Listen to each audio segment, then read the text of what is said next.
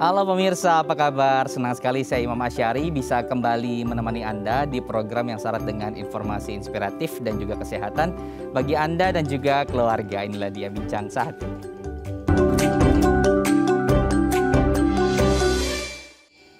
Pemirsa Bincang Sehati, kalau kita bicara soal penyakit jantung, pasti yang akan terpikir adalah serangan jantung, gagal jantung, dan lain sebagainya. Ternyata banyak lagi loh seputar penyakit jantung yang harus kita waspadai. Salah satunya adalah peradangan lapisan dinding jantung atau lebih dikenal dengan istilah miokarditis. Nah, ini biasanya terjadi pada otot di sekitar jantung ya. Faktornya kemudian banyak, salah satunya adalah virus dan beberapa faktor lain. Nah, inilah yang akan menjadi perbincangan kita hari ini. Kita akan bahas dan kita akan ulas seputar bagaimana kemudian bisa terjadi peradangan pada lapisan dinding jantung dengan apa kemudian bahayanya terhadap kesehatan kita. Kita akan membahas nanti ya di segmen selanjutnya. Tapi sebelum saya masuk ke pembahasan kita, saya mau berbagi dulu nih fakta-fakta seputar jantung. Kita mulai dari fakta yang pertama. Jantung ini adalah ibarat mesin pompa yang sangat besar pemirsa. Bayangkan ya, dia akan memompa sekitar 5 liter darah selama kurang lebih dia akan menyalurkan kepada 20 detik. Dan ini kalau misalnya dijumlahkan sekitar 2000 galon darah sejauh 60.000 mil. Anda bisa bayangkan bagaimana kemudian jantung begitu kencang ya memompa darah kita dan begitu jauh mengalirkannya. Dan ini bisa disebut sebagai salah satu pompa besar. Nah, kalau misalnya kita umum mengenal pompa ya, pompa yang ada di sekitar kita ya, pompa air minum dan juga pompa-pompa yang lain. Ini kan cara kerjanya tidak sehebat jantung gitu ya. Ternyata jantung memiliki fakta dan juga kehebatan memompa sebegitu jauh dan sebegitu cepat. Berikutnya adalah fun fact seputar jantung, ternyata berdetak 60 sampai dengan 100 kali per menit. Nah, kalau misalnya kita jumlahkan ya, ini sekitar 100.000 kali setiap harinya. Atau setiap tahunnya ini ada 3,6 kali. Anda bisa bayangkan bagaimana kemudian jantung kita memompakan darah tersebut. Dan ketika fungsinya kemudian terganggu, ini dia bisa menyebabkan banyak hal terhadap kesehatan kita pemirsa. Fakta yang ketiga adalah jantung pria dan juga jantung wanita ternyata memiliki perbedaan ukuran ya. Nah, berdasarkan data ternyata jantung pria ini rata-rata dia memiliki berat kurang lebih 10 ons. Sedangkan jantung wanita ini memiliki berat 8 ons. Tapi secara gampang untuk kita bisa mengetahui ukuran jantung kita mudah pemirsa. Dengan melihat kepalan tangan gitu ya, seberapa besar kepalan tangan kita, nah kurang lebih lah kemudian itu ukuran jantung kita. Nah, ini membuktikan bahwa ternyata jantung manusia satu dan lainnya itu berbeda ukuran. Berikutnya adalah fakta seputar jantung adalah aktivitas harian mempengaruhi resiko penyakit jantung. Nah, untuk Anda yang suka bergerak, aktivitasnya lebih banyak aktif bergerak ketimbang misalnya terlalu sering duduk, ternyata memiliki risiko yang berbeda nih terhadap penyakit jantung ini. Ini dua kali lebih beresiko ya untuk Anda yang aktivitasnya ya lebih banyak duduk gitu. Ternyata memiliki risiko permasalahan jantung lebih besar daripada mereka yang memiliki aktivitas. Nah, jadi bisa kemudian kita mulai nih gaya hidupnya dengan lebih rutin melakukan aktivitas di pagi hari ataupun di sore hari setelah misalnya kita sebelum dan juga pulang kerja untuk membantu kesehatan jantung kita sehingga kemudian jantung kita bisa lebih sehat pemirsa. Fakta yang kelima adalah tertawa. Ternyata ini bisa menyehatkan jantung. Ternyata ada fakta yang menyebutkan bahwa ketika kita tertawa, pembuluh darah kita akan 20% lebih banyak mengalirkan darah itu ke jantung. Jadi mulailah kemudian mencari aktivitas ataupun kegiatan atau teman yang mungkin bisa mengajak Anda tertawa karena ini adalah salah satu terapi untuk kita bisa menyehatkan jantung. Itu dia tadi 5 fakta seputar jantung. Kita akan ulas nanti satu persatu ya di segmen selanjutnya. Jangan beranjak dari layar kaca Anda, tetap bersama kami di Bincang Sehati.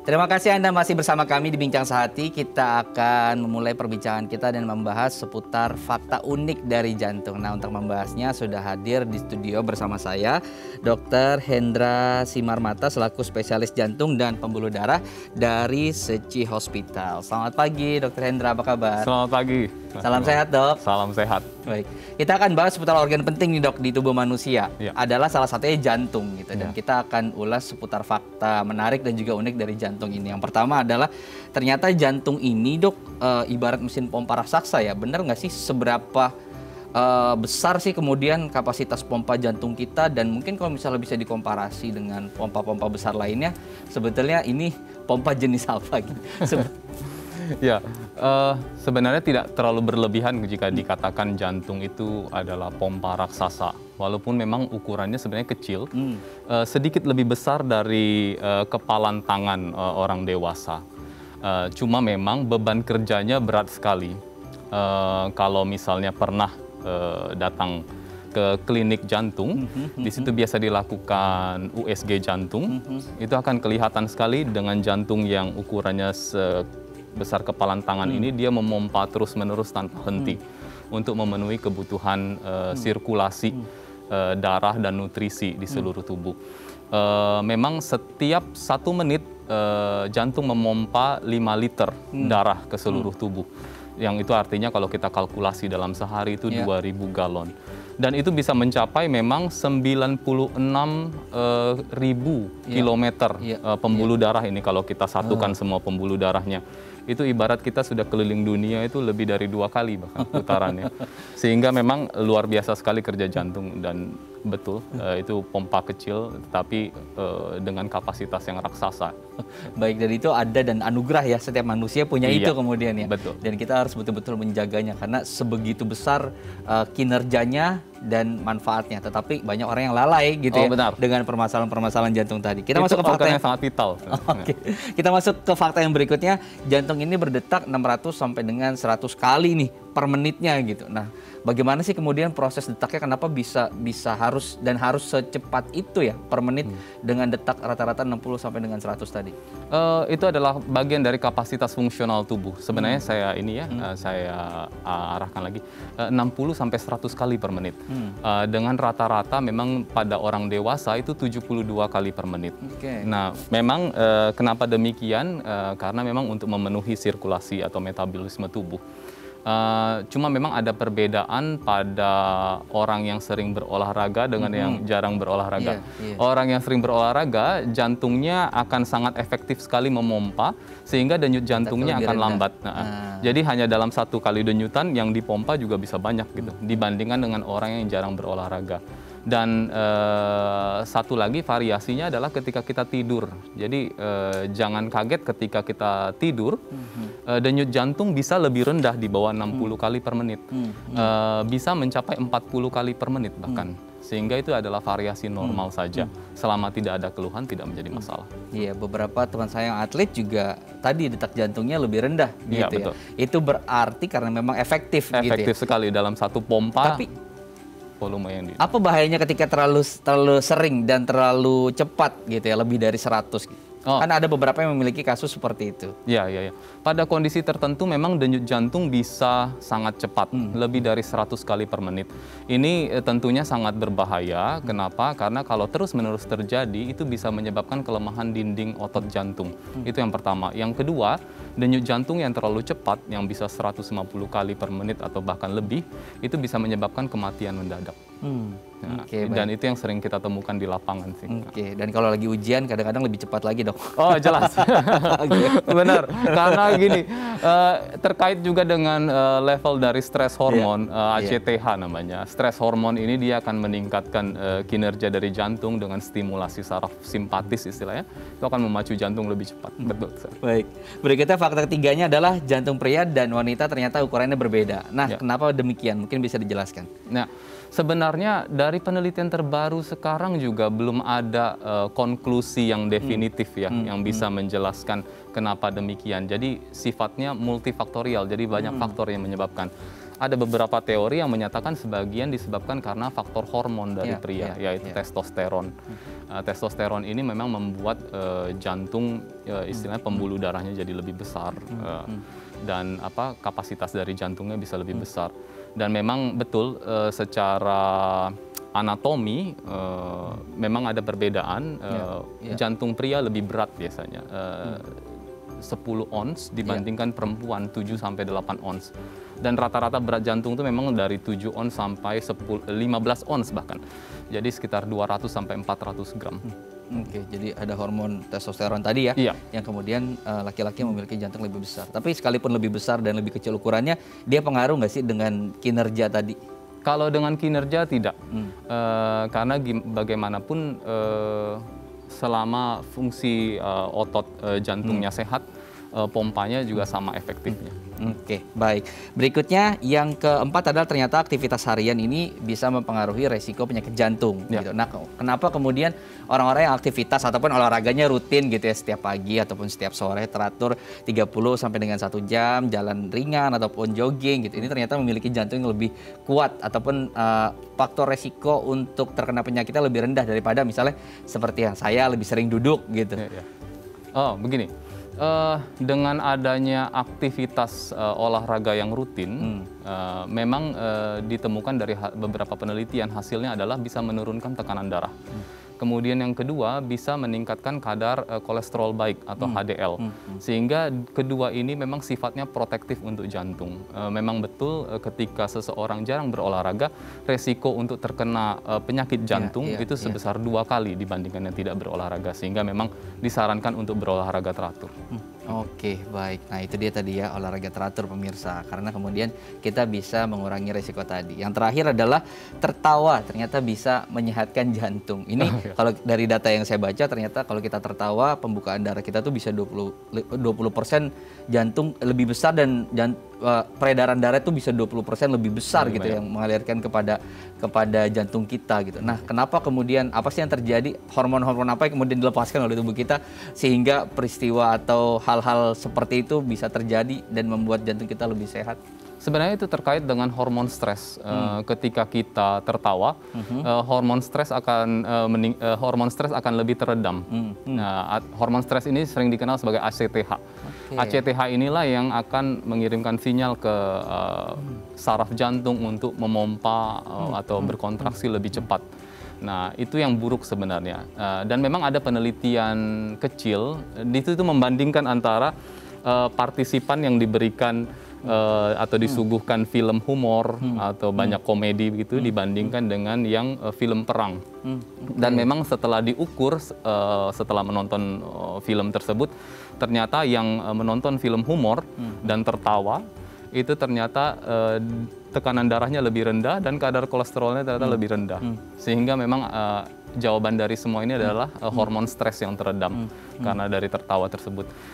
Sehingga disarankan memang 20-25 menit habiskanlah untuk tertawa atau melakukan sesuatu yang sifatnya humoris. Tetapi memang beberapa laporan juga menyebutkan bahwa tertawa yang terlalu intens bisa menyebabkan serangan jantung. Alasannya kenapa? Di fase awal tertawa itu tekanan darah akan meningkat, nadi juga akan meningkat, sehingga beban jantung juga akan meningkat. Nah, ini yang ketika itu terlalu intens, itu beban jantungnya akan lebih berat. Efek menenangkannya itu memang setelah tertawa itu selesai gitu. Nah, itulah yang menurunkan tekanan darah itu. Oke, jadi harus diatur ya, jangan kemudian terlalu over gitu. Karena tadi kita mau kemudian jantung kita sehat karena terlalu sering. Nah, tadi bisa juga menyebabkan bahaya terhadap jantung kita, pemirsa. Kurang lebih tadi berapa, Dok? 20 sampai 25 menit ya? 20 sampai 25 menit. Oke, itu ya tinggal dibagi nanti waktunya. Bisa saat makan siang, saat sama keluarga di rumah gitu ya. Nah, itu kan bisa dibagi porsinya.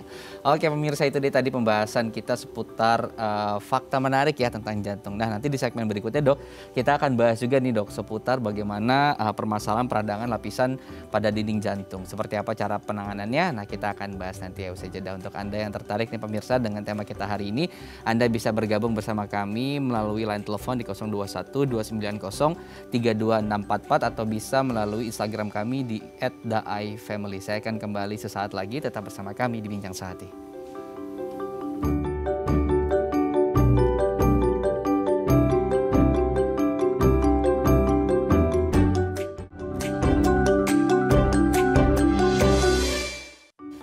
Baik, terima kasih Anda masih bersama kami di Bincang Sehati. Kita akan masuk ke topik utama kita. Apa itu kemudian peradangan lapisan pada dinding jantung? Saya masih bersama saya di studio ada Dr. Hendra, spesialis jantung dan pembuluh darah dari Seci Hospital. Dok, kita lanjutkan perbincangan utama kita nih seputar kesehatan jantung. Salah satunya adalah penyakit jantung peradangan ya pada dinding atau pada otot ya, gitu ya. Nah, mungkin bisa dijelaskan terlebih dahulu apa sih kemudian peradangan tersebut dan kenapa bisa terjadi di sana?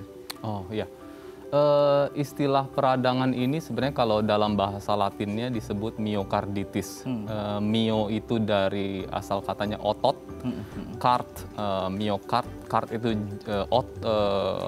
jantung, jadi otot jantung, miokard. Itis itu adalah peradangan, jadi peradangan otot jantung. Awalnya ini memang ditemukan, didiagnosa di sekitar tahun 1900-an, itu di bawah mikroskop ketika dilakukan otopsi terhadap pasien. Memang jadi pertanyaan saat itu adalah kenapa pasien ini bisa meninggal sementara tidak ada sumbatan di koroner atau pembuluh darah jantung, tidak ada kelainan dari klep atau katup jantung, tidak ada kelainan dari selaput jantung, tapi pasien ini meninggal. Memang ternyata setelah dilihat di mikroskop ditemukan ada kelainan di dinding jantungnya, jadi banyak sel radang di sana. Dan presentasi klinisnya bermacam-macam, bisa mulai dari yang paling ringan sampai yang paling berat, yang mengancam nyawa. Mungkin kalau boleh spesifik kita gambarkan jantung manusia, kalau tangan kita kan ada kemudian otot-otot ya yang melapisi ini. Dia akan membantu dalam pergerakan misalnya jari-jari jemari, semua ada dari otot fungsinya. Nah, ketika radang kita merasa di sini nyeri, tidak bisa bergerak gitu. Kalau di jantung ketika peradangan itu terjadi, bisa digambarkan gimana sih kemudian proses kerja jantungnya, apa yang terganggu gitu? Oh begini, cara yang paling sederhana adalah kalau dari pemeriksaan bisa kita lihat dengan USG jantung. Idealnya jantung itu berkontraksi baik dan menyeluruh gitu, jadi squeezing. Nah pada miokarditis atau peradangan lapisan jantung bisa dengan gerakan yang melemah dan itu meliputi hampir semua luas dari dinding jantung tersebut. Nah, tetapi untuk lebih detailnya memang pemeriksaan yang bisa dilakukan adalah dengan MRI. Karena dengan MRI akan kelihatan setiap layer dari jantungnya itu, akan kelihatan setiap lapisannya, dan di situ akan ditemukan peradangan. Nah. Radangnya kalau dilihat seperti kita, kalau kulit kan memar berwarna merah gitu ya. Itu akan terlihat sampai seperti itu. Sebenarnya kalau melihat lebih detailnya, itu dengan biopsi. Kalau dengan dengan MRI itu hanya akan kelihatan pola tertentu yang khas, tidak dengan memar seperti itu sih. Beda lagi gambaran. Kalau kita tangan memar, otot-otot memar gitu, itu kan rasanya sakit dan bisa terasa gitu ya. Kalau jantung terjadi peradangan itu apa sih yang umum dirasakan? Atau justru kita tidak akan merasakan apapun gitu karena di bagian organ dalam. Nah, istilahnya paling tidak spesifik gejalanya itu bisa berupa cepat lelah, cepat capek. Tetapi pada beberapa kasus dia bisa dengan nyeri dada atau sesak nafas atau dengan bahkan bengkak di bagian tubuh, terutama di kaki, atau ada cairan di paru-paru dengan bentuk gagal jantung. Jadi manifestasinya sih bisa bermacam-macam, mulai dari yang paling ringan sampai yang paling berat. Oke, baik. Aku mau upas di yang pertama tuh soal tadi cepat lelah gitu. Karena terkadang ada beberapa orang gitu ya yang juga merasakan hal-hal seperti itu. Tapi juga belum tentu kemudian itu faktor bahwa dia adalah mengalami peradangan tadi gitu. Nah, mungkin spesifik cara mengetahui bahwa oh ini lelah karena pelemahan jantung tuh ada nggak sih bedanya? Cara membedakan gitu. Misalnya naik 2 atau 3 tangga sudah berasa sakit gitu jantung atau lelah gitu. Atau ada ukuran tersendiri yang memang jadi standar untuk orang dewasa gitu ya terutama. Nah, intinya begini, apakah ada perubahan dari level aktivitas sehari-hari? Jadi memang perlu ditanyakan pada pasien apakah terjadi perubahan. Contoh misalnya, kalau naik tangga 2 lantai biasanya bagus, apakah sekarang mulai ada kesulitan. Kemudian yang kedua, untuk radang dari lapisan jantung ini sendiri, umumnya karena disebabkan oleh virus, memang harus kita tanyakan apakah 2 minggu sebelumnya, 1 sampai 2 minggu sebelumnya, ada kejadian di mana pasiennya demam, kemudian mengalami gejala-gejala seperti flu-like syndrome yang demikian. Jika ada, itu akan makin mengarahkan ke arah miokarditis ini. Jadi bukan karena tiba-tiba biasa naik lift, terus kemudian naik tangga, terus lelah gitu. Ini harus yang rutinitas seharian gitu ya. Misalnya berjalan berapa kilometer, terus kemudian kok sekarang ngerasanya lebih lelah gitu. Iya, betul. Nah, itu bisa mulai menjadi indikasi awal gitu ya, indikasi dini untuk kita melakukan pengecekan atau pemeriksaan gitu ya. Kalau dari range umum terjadi di usia berapa sih, Dok? Atau justru dengan gaya hidup yang sekarang, anak-anak muda juga beresiko untuk mengalami hal seperti itu? Rata-rata memang yang terpengaruh adalah usia muda, dalam artian khususnya laki-laki ya. Walaupun insidensinya sebenarnya sama. Nah, cuma memang peradangan lapisan jantung ini bisa mengenai siapapun, bahkan pada orang yang sebelumnya sehat. Nah, memang untuk definitifnya sampai saat ini belum diketahui, tetapi sifatnya multifaktorial dalam artian banyak faktor yang menyebabkan, mulai dari usia, jenis kelamin, kemudian lingkungan yang menyebabkan ini semua. Tapi tadi dimensionnya laki-laki atau pria gitu ya, oke di awal. Nah ini harus jadi perhatian kita juga nih, baik. Dok, kalau kita bicara faktor penyebab yang saya tahu adalah tadi dokter juga sudah mention virus, bakteri, jamur gitu. Dan juga ada yang mengeluarkan jurnal atau artikel bahwa ternyata SARS-CoV-2 atau COVID-19 ini juga mempengaruhi terjadinya peradangan. Nah, spesifik terhadap yang si COVID-19 atau SARS-CoV-2 gitu. Kenapa kemudian virus ini bisa menyebabkan peradangan pada otot jantung kita atau miokarditis ini? Ya, memang tergantung dari seberapa banyak kita terpapar dengan virus. SARS-CoV ini bisa menyebabkan miokarditis atau peradangan lapisan jantung pertama karena memang efek toksik atau efek langsung dari bakterinya yang dalam jumlah banyak dia langsung menyerang sel jantung. Atau yang kedua, mekanismenya melalui efek peradangan yang hebat. Atau yang sering beredar di masyarakat, badai sitokin atau badai radang yang hebat. Jadi sel-sel atau zat-zat peradangan itulah yang akhirnya menyerang dinding jantung sehingga bisa melemahkan dinding jantung tersebut.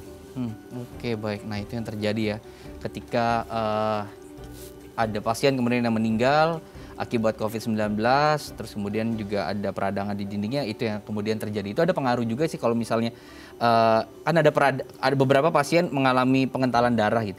Nah itu kemudian mempengaruhi juga nggak sih dok terhadap kinerja jantung tadi dan memicu terjadinya radang tadi? Oh iya, pada prinsipnya miokarditis ya, yang disebabkan oleh SARS-CoV ini, prinsip dasarnya adalah dia menyerang, selain menyerang dinding otot jantung itu sendiri, dia menyerang pembuluh darah. Jadi prinsipnya adalah endothelial dysfunction atau kerusakan dari endotel lapisan dalam dari pembuluh darah itu sendiri. Ketika lapisan pembuluh darah itu rusak karena faktor peradangan atau invasi dari virusnya sendiri, itu akan menyebabkan gumpalan-gumpalan darah, gumpalan-gumpalan bekuan darah. Dan ini sering kita temui pada pasien COVID, khususnya memang yang sedang sampai berat ya. Oke, jadi sudah radang, pergerakan detaknya juga terbatas gitu ya. Plus darahnya juga mengental. Nah ini kemudian yang jadi fatal. Itu yang jadi fatal. Baik. Nah dokter bicara soal faktor penyebab selain virus SARS-CoV tadi juga ada kemudian bakteri-bakteri lain gitu ya. Nah mungkin bisa dijelaskan bakteri apa saja sih gitu. Karena dari beberapa artikel juga banyak menjelaskan ternyata TBC juga, kotoran burung juga ini menjadi salah satu penyebab. Sementara unggas di masyarakat kita juga menjadi sesuatu yang umum gitu ya. Ada di depan rumah, atau ada di pekarangan, ada di belakang rumah gitu. Iya. Sebenarnya begini, kalau untuk definitifnya sendiri memang agak sulit menegakkan, kecuali memang dengan bakteri ya. Bakteri pun yang paling sering memang Streptococcus, golongan demikian. Tetapi memang kejadiannya sebenarnya jarang sekali sih. Bahkan miokarditis karena TB juga sebenarnya sangat jarang.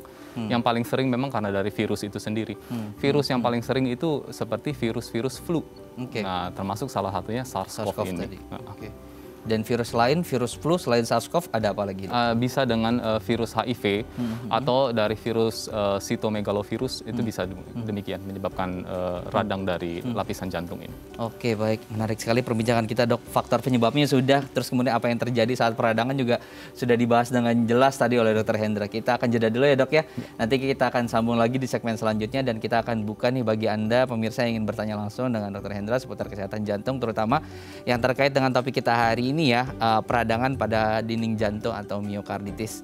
Nah untuk Anda yang tertarik, Anda bisa bergabung bersama kami di 021 290 32644 atau bisa melalui Instagram kami di @daifamily. Saya akan kembali sesaat lagi, tetap bersama kami di Bincang Sehati.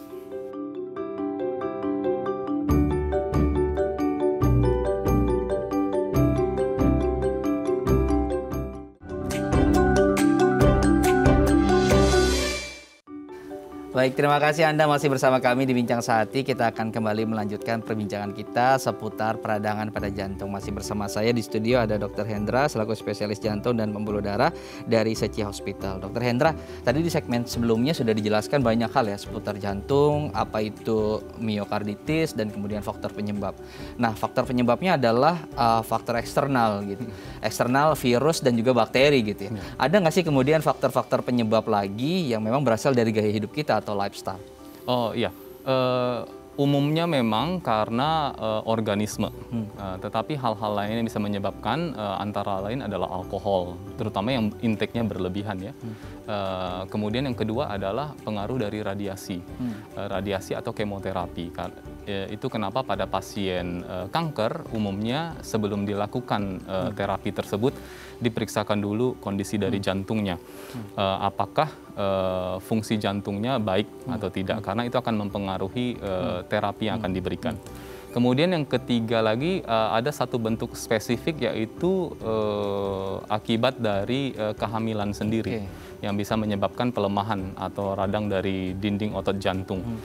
Umumnya ini dialami oleh ibu-ibu sekitar 5 bulan saat persalinan. Nah, dan ini memang efeknya bisa fatal jika tidak ditangani dengan cepat. Untuk yang alkohol sebetulnya apa yang terjadi dengan kelebihan kadar tadi dengan konsumsi alkohol, korelasinya gitu ya, terhadap tadi pengurangan peradangan yang terjadi pada dinding jantung kita? Sebenarnya itu adalah efek langsung dari alkoholnya sendiri ke sel jantung. Kemudian yang kedua, memang dengan adanya buangan kalium itu menyebabkan istilahnya pembuluh darah jantung itu akan lebih keras. Jadi kombinasi dari kedua ini akan menyebabkan mudah mencetuskan untuk ke arah sana. Nah, untuk yang ibu hamil gitu. Nah, itu apa yang terjadi? Dan ini tadi 5 bulan setelah kelahiran atau 5 bulan atau trimester saat dia hamil. Ketiga. Trimester ketiga. Nah, apa yang terjadi dan apa yang bisa dilakukan untuk mencegah itu? Karena kan apakah semua ibu hamil kemudian beresiko atau mereka yang memang punya permasalahan dengan jantung yang lebih beresiko tinggi? Ya, sebenarnya angka kejadiannya sangat kecil sekali, sehingga memang untuk membuat penelitian yang mengarahkan pada terapi yang lebih definitif memang lebih sulit karena kejadiannya sangat kecil. Kemudian istilahnya kalau ibu hamil dijadikan bahan penelitian juga tidak etis sehingga memang itu menyulitkan. Dan untuk penyebab definitifnya sendiri juga sampai saat ini belum diketahui. Tetapi memang faktor hormonal yang dialami saat kehamilan dan menjelang persalinan diduga yang menyebabkan demikian. Jadi dari data-data medis yang dikumpulkan, kemudian ada disimpulkan gitu ya. Dan ini tadi disampaikan oleh Dr. Hendra. Nah, sekarang bicara soal penegakan diagnosnya, Dok, gitu. Apa yang dilakukan, pemeriksaan seperti apa yang dilakukan untuk kita menegakkan diagnosa bahwa orang tersebut atau pasien tersebut memiliki permasalahan peradangan pada jantung? Oh iya. Gold standarnya sebenarnya atau standar emasnya adalah dengan dilakukan biopsi. Cuma memang ini terlalu invasif sih sebenarnya karena langsung mengarah pada dinding jantungnya sendiri ya. Yang paling bisa mendekati saat itu adalah dengan dilakukan cardiac MRI atau MRI jantung. Tetapi kalaupun itu sulit untuk dilakukan misalnya di daerah gitu, yang paling bisa dilakukan adalah dengan melakukan EKG, kemudian dengan USG jantung. Atau dengan USG jantung itu akan kelihatan gerakan jantungnya sangat tidak optimal dan itu meliputi seluruh dari lapisan dinding jantung itu. Kita bisa lihat gerakannya akan sangat kurang kontraktil gitu, kurang squeezing pada jantung dengan penderita miokarditis ini. Atau kalaupun itu tidak ada, ronsen juga bisa membantu karena kalau terjadi pelebaran dari ruang jantung, itu bisa membantu kita mengarah ke diagnosa tersebut. Jadi ada tahap-tahap dan proses tergantung alat-alat medis yang tersedia di daerah masing-masing gitu ya. Karena sekali lagi peralatan juga berbeda di setiap rumah sakit gitu ya. Dan ini bisa dilakukan untuk mendiagnosa permasalahan miokarditis tadi. Oke, sebelum saya masuk ke bagaimana terapi dan juga pengobatan yang harus dijalani, Dok, kita akan bacakan dulu DM Instagram yang sudah masuk melalui Instagram kami di @daifamily. Saya akan bacakan ya, Dr. Hendra ya. Silakan. Dari dari Dira 80. Dok, kalau semisal terpapar bakteri atau jamur atau virus penyebab peradangan lapisan dinding jantung ini, tapi pola hidup kita sehat, apa masih bisa bahaya buat kesehatan jantung kita? Kan imun kita bagus. Nah, itu dia dari Dira. Mungkin bisa dijawab, Dok. Ya, ini menarik sekali untuk dijawab karena sebenarnya untuk mekanisme bagaimana sampai terjadi demikian juga masih dalam perdebatan, masih dalam penelitian. Sebenarnya ketika status imun kita bagus, terpapar dengan virus itu pun sebenarnya badan kita masih bisa menanggulangi dengan baik, sehingga bahkan tidak menimbulkan gejala sama sekali. Berbeda dengan orang yang memang secara genetik ada kelainan seperti autoimun, kemudian memang faktor lain adalah seberapa kuat paparannya. Jika paparannya memang besar sekali, ya tetap bisa mengenai.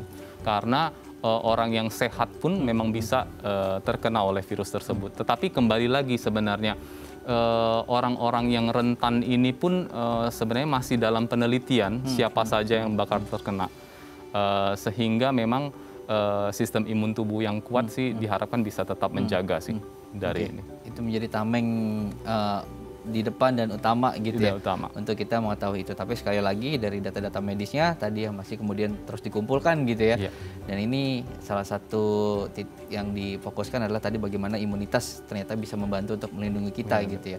Tapi sekali lagi seberapa besar virus dan paparan itu setiap orang beda kemudian cara menangkalnya gitu ya. Respon terhadap itu tadi. Oke, jadi ya kita harus jaga ya sama-sama ya imunitas tubuh kita gitu ya, dengan melakukan kegiatan-kegiatan yang baik yang juga bagus untuk kesehatan tubuh kita. Baik, kita akan masuk ke soal bagaimana melakukan terapinya. Setelah sudah didirikan diagnosa bahwa dia miokarditis, apa proses pengobatan yang harus dijalani? Yang pertama harus rawat inap lah sebaiknya ya.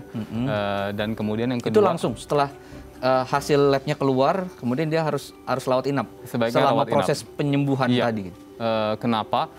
Karena yang ditakutkan adalah perburukan sewaktu-waktu. Kemudian pasien memang disarankan untuk bed rest.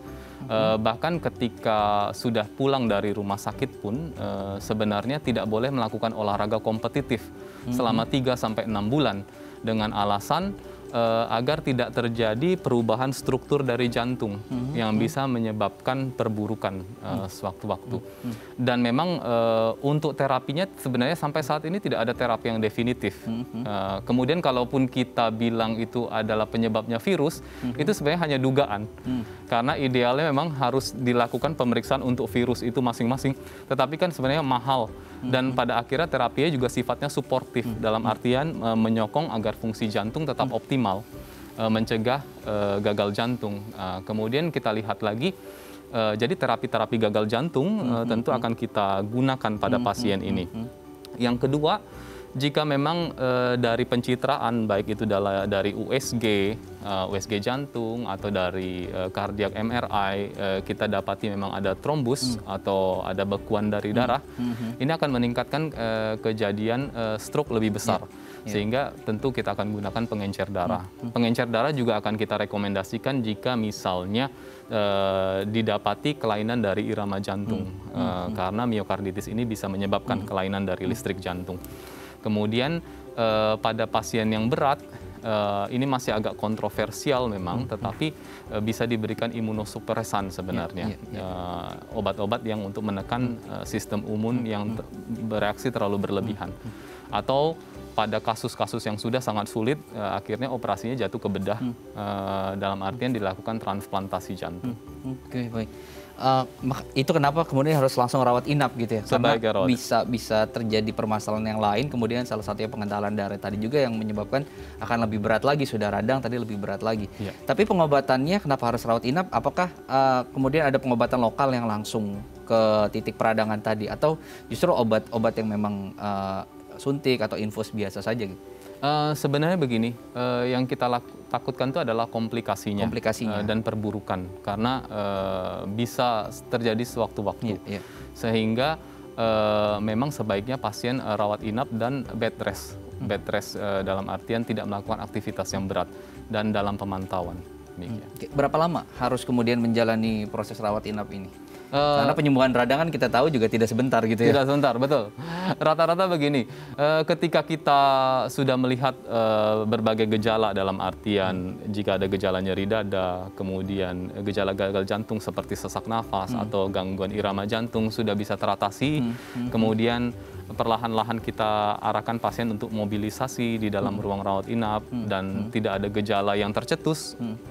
Pasien boleh kita pulangkan. Rata-rata memang perawatannya 1-2 minggu. Nah, tetapi memang ketika sampai di rumah 3-6 bulan tidak disarankan untuk melakukan aktivitas yang berat karena itu tadi dia bisa mengubah struktur jantung atau mencetuskan lagi proses peradangannya. Karena beban jantungnya di-push lagi. Jadi selama pengobatan ada kemudian observasi sampai aktivitas mobilitasnya juga harus dijaga gitu ya. Betul. Oke, nah kadar tidak boleh melakukan kegiatan yang berat itu apa dok? Karena setiap orang kemudian definisi melakukan hal beratnya berbeda gitu. Ada yang bercocok tanam merupakan hal yang biasa, mencuci baju itu yang biasa gitu. Ada kadar-kadar tersendiri nggak sih yang kemudian ada batasannya gitu? Sebenarnya kalau mengacu pada klasifikasi dari WHO adalah ordinary activity saja. Jadi aktivitas harian ya kalau seperti apa mengangkat ember atau apa itu nggak jadi masalah sih sebenarnya. Tapi cuma jangan aktivitas seperti olahraga kompetitif istilahnya atau yang setara dengan olahraga kompetitif. Senam sehat jantung masih boleh? Senam sehat jantung sebenarnya begini, itu sebenarnya harus dilakukan secara bertahap sih. Jadi ada tahapannya dulu, nggak langsung. Biasanya kita melihat kapasitas fisik pasien itu kita bisa lakukan salah satunya dengan melakukan treadmill test sebenarnya. Olahraga pernapasan masih boleh? Olahraga pernapasan masih boleh. Olahraga pernapasan membantu sekali. Khususnya ketika kita lakukan breathing exercise dengan ekspirasi atau buang nafas jauh lebih panjang dibandingkan menarik nafas. Kenapa? Saat itulah saraf parasimpatis atau saraf yang membuat jantung lebih rileks itu mendominasi. Nah, sehingga beban jantung juga tidak terlalu berat. Jadi breathing exercise sangat saya sarankan. Oke. Baik, nah itu pemirsa tadi beberapa olahraga ya yang kemudian untuk Anda yang sedang menjalani pengobatan gitu ya selama 3 sampai 5 bulan atau 2 sampai 5 bulan. 3 sampai 6 bulan. 3 sampai 6 bulan. Nah, itu tadi olahraga-olahraga tertentu yang sudah disebutkan oleh Dr. Hendra. Nah, ketika mereka sudah dinyatakan sembuh, apakah kemudian akan kembali sehat kondisi jantungnya setelah peradangan tadi dan boleh melanjutkan gitu aktivitas-aktivitas berat atau bahkan melakukan olahraga-olahraga kardio yang kompetitif gitu seperti lari maraton dan lain sebagainya. Apakah boleh atau justru itu sudah memang harus ditinggalkan selama masa hidup? Nah, itu pertanyaan yang bagus dan pertanyaan yang sulit sebenarnya ya. Tetapi begini jawabannya. Ketika kita lihat dan kita pantau dalam masa perawatan dan ternyata proses penyembuhannya cepat, artinya besar kemungkinan bahwa penyakit ini tidak akan kembali lagi. Tapi kemudian memang betul 3 sampai 6 bulan itu harus diperiksa secara berkala. Ketika kita ingin melakukan aktivitas yang lebih berat, bisa saja, tetapi memang ada tesnya. Sebaiknya dilakukan treadmill test untuk melihat kapasitas fisik. Tapi itu pun biasanya jauh setelah fase dari recovery-nya dulu. Untuk sementara sambil menuju ke arah sana, sebaiknya memang aktivitas yang biasa saja sih. Ordinary activity aja. Jadi selama proses itu juga harus melakukan kegiatan check up rutin? Check up rutin. Oke, itu dihitung per kuartal? Gini, per 3 sampai 6 bulan. Oke. Itu tetap harus melakukan rutin medical check up, dilihat kondisi jantungnya begitu ya? Ya, maksudnya mengunjungi dokter jantung untuk melihat kapasitas jantungnya bagaimana. Oke, baik. Wah, ternyata kita harus betul-betul menjaga diri kita nih ya dari hal-hal seperti itu. Di era sekarang ya, pandemi juga salah satunya SARS-CoV tadi juga menyebabkan gitu ya. Jadi dengan prokes juga kita bisa, prokes dan juga imun gitu ya, ini bisa membantu mengurangi resiko tadi. Oke, baik. Nah, sebetulnya yang hal-hal seperti ini juga beresiko nggak sih dok untuk anak-anak gitu? Khususnya untuk ini ya, miokarditis pada anak. Iya, miokarditis pada anak dapat terjadi, tetapi rata-rata umumnya boleh dibilang fase penyembuhannya lebih cepat sih. Mungkin karena dari imun anaknya juga baik ya, waktu masih kecil. Kemudian yang kedua, jantungnya juga boleh dibilang relatif lebih kuat. Gitu. Oke ya, karena kita khawatir juga dengan kegiatan PTM sudah tatap muka langsung gitu, anak-anak langsung berinteraksi, faktor resiko untuk terpapar juga lebih besar gitu. Nah, Yang menarik untuk SARS-CoV ini pada anak-anak, SARS-CoV itu butuh reseptor atau tempat menempel agar dia bisa menginfeksi. Dari hasil penelitian memang reseptor atau tempat menempelnya COVID ini pada anak-anak jauh lebih sedikit dibandingkan orang dewasa. Itu kenapa anak-anak boleh dibilang dalam tanda kutip gitu ya, lebih baik prognosisnya dengan jika terkena COVID-19 ini dibandingkan dewasa. Baik, Dr. Hendra, kita masih punya satu segmen lagi. Di segmen terakhir nanti kita akan berbagi tips juga seputar kesehatan jantung. Untuk Anda pemirsa, jangan beranjak dari layar kaca Anda, tetap bersama kami di Bincang Sehati.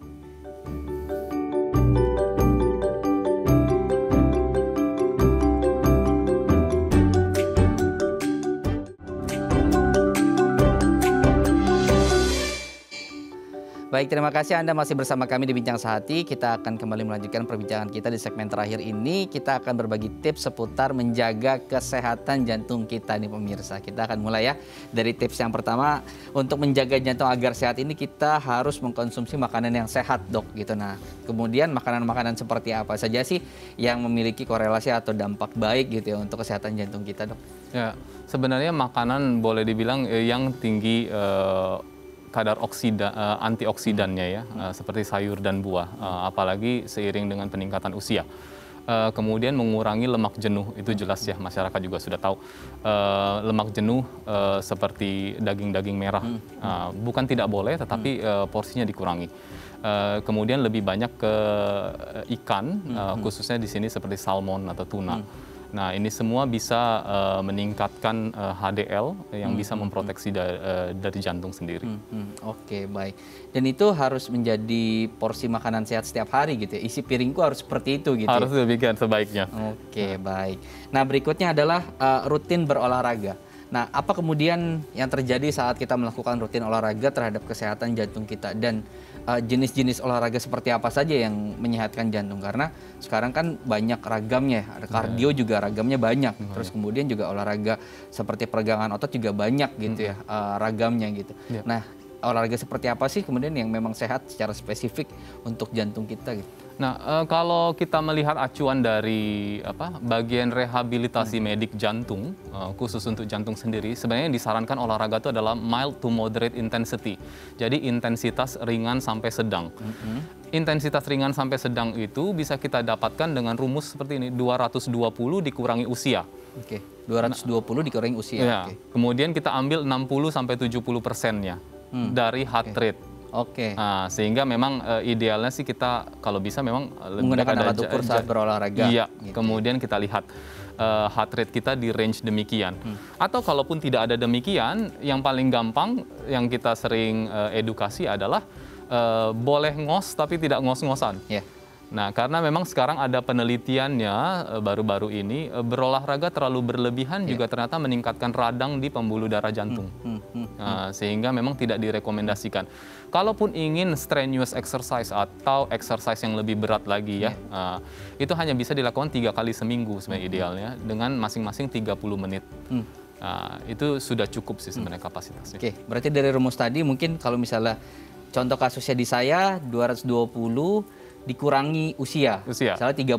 Gitu ya. Oke, dapat 190 gitu. 190. Nah, kita ambil 60 sampai 70%. 60 sampai 70%. Nah, dari situ baru kita set up ya untuk yang menggunakan misalnya ada alat ukur sendiri saat olahraga gitu ya. Nah, itu diukur alarmnya sesuai dengan batas tadi gitu ya. Jadi ketika sudah melewati akan keluar alarm dan itu mengingatkan kita ya untuk berhenti gitu ya, Dok ya. Oke, baik. Selanjutnya adalah kita harus berhenti merokok. Nah, apa kemudian dampak buruk dari rokok ini sih, Dok? Karena masih banyak ya masyarakat kita juga yang masih mengkonsumsi rokok. Apa bahayanya terhadap kesehatan jantung kita? Sebenarnya memang efek dari radikal bebas yang dihasilkan dari rokok itu sendiri. Cuma memang dari pengalaman praktek saya sendiri juga memang agak sulit memang untuk mengencourage atau mengedukasi pasien untuk berhenti merokok. Karena memang ada istilahnya efek menenangkan dari rokok ini memang yang membuat jadi pasien itu istilahnya rutin dengan aktivitas Padahal itu hanya asumsi ya. Padahal itu asumsi. Nah, sehingga memang dengan adanya radikal bebas yang dipaparkan oleh aktivitas merokok ini sendiri, itu memang memicu peradangan khususnya di pembuluh darah jantung, sehingga menimbulkan resiko untuk plak, terbentuknya plak. Dan memang udah diteliti pada perokok sendiri resikonya 5 kali dibandingkan yang tidak merokok untuk terkena penyakit jantung. Oke, baik. Itu dia tadi ya, sekalipun sudah di-encourage gitu ya, kemudian agak ya kalau memang sudah menjadi perokok berat mungkin agak sulit. Tapi itu sekali lagi adalah asumsi gitu ya. Kemudian bagaimana cara kita melawan asumsi itu yang penting. Terakhir Dok, kita harus cukup tidur. Seberapa penting kita istirahat yang cukup 6 sampai 8 jam sehari untuk kesehatan jantung kita? Ya, memang dengan tingkat stres pekerjaan dan demand dari pekerjaan sendiri memang agak sulit ya untuk bisa mengaplikasikan ini. Tetapi sebenarnya layak dicoba dan memang benar range-nya 6 sampai 8 jam. Kenapa? Karena ketika kita kurang tidur, tekanan darah cenderung akan meningkat. Dan ketika ini terjadi long term atau dalam jangka panjang, tentunya akan berefek yang buruk terhadap kondisi jantung kita. Baik, jadi itu dia penting sekali kemudian Dok ya untuk tidur ya, dan kita juga rutin tidur dengan rata-rata 6 sampai dengan 8 jam. Ini menjadi standar yang kemudian harus kita penuhi. Baik. Terima kasih Dr. Hendra, terima kasih sudah berbagi informasi kesehatan hari ini. Semoga banyak masyarakat juga nih yang teredukasi tentang bagaimana menjaga kesehatan jantung kita, karena itu adalah organ penting. Bagaimana kemudian jantung dari fakta-fakta yang tadi ya memiliki fungsi untuk kemudian memompa darah kita ya ke seluruh tubuh, dan begitu kuatnya jantung memompa sampai tadi bisa kita keliling dunia sampai 2 kali gitu. Oke, terima kasih pemirsa. Semoga informasi hari ini bermanfaat. Untuk Anda yang memiliki kritik dan saran, Anda bisa menghubungi kami di 089 800 5000 atau bisa melalui Instagram kami di @daifamily. Saya Muhammad Syarif pamit. Sampai jumpa. Thank you.